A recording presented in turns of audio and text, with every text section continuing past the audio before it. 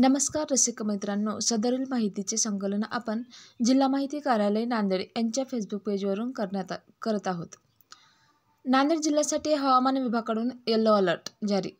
विजेच्या कडकडाटासह पाऊस पडण्याची शक्यता। नांदेड दिनांक 6 जून। नांदेड जिल्ह्यासाठी 6 ते 8 जून या 3 दिवसांसाठी येलो अलर्ट हवामानशास्त्र विभागाने जाहीर केला आहे। या 3 दिवसांत विजेच्या कडकडाटासह हलका ते मध्यम स्वरूपाचा पाऊस येण्याची शक्यता आहे।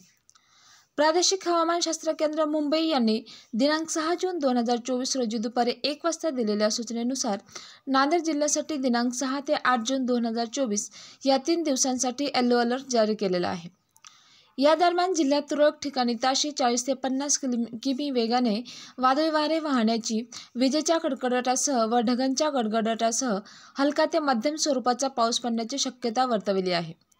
या नैसर्गिक आपत्ती संदर्भात सर्व संबंधित यंत्रणा आणि जनतेने खबरदारी घ्यावी। खबरदारीची उपाययोजना म्हणून पुढील प्रमाणे काळजी घ्यावी असे आवाहन प्रशासनातर्फे करण्यात आले आहे। या गोष्टी करा। विजेच्या गडगडाटासह पावसाची पूर्वकल्पना असल्यास बाहेर जाणे टाळा। जर मोकळ्या जागेत असाल आणि जवळपास कुठल्याही सुरक्षित इमारतीचा आसरा नसेल तर सखल जागेत जाऊन गुडघ्यात डोके घालून बसा। आकाशात विजा चमकत असल्यास घरात किंवा सुरक्षित इमारतीत आश्रय घ्या।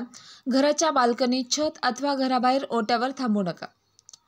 आपण घरात असाल आणि घरातील विद्युत उपकरणे चालू असतील तर त्या वस्तू त्वरित बंद करा। तारांचे कुंपण, विजेचे खांब व इतर लोखंडी वस्तूंपासून दूर राहा। पाण्यात उभे असाल तर तात्काळ पाण्यातून बाहेर पडा। या गोष्टी करू नका। आकाशात विजा चमकत असल्यास घरातील लँडलाईन फोनचा वापर करू नका। शॉवरखाली अंघोळ करू नका। घरातील बेसिनचे नळ, पाण्याची पाईपलाईन यांना स्पर्श करू नका। तसेच कुठल्याही विद्युत उपकरणांचा वापर करू नका। विजेच्या गडगडाटासह वादळी वारे चालू असताना लोखंडी धातूच्या सहाय्याने उभारलेल्या तंबूमध्ये किंवा शेडमध्ये आसरा घेऊ नका। उंच झाडाच्या खाली आसरा घेऊ नका।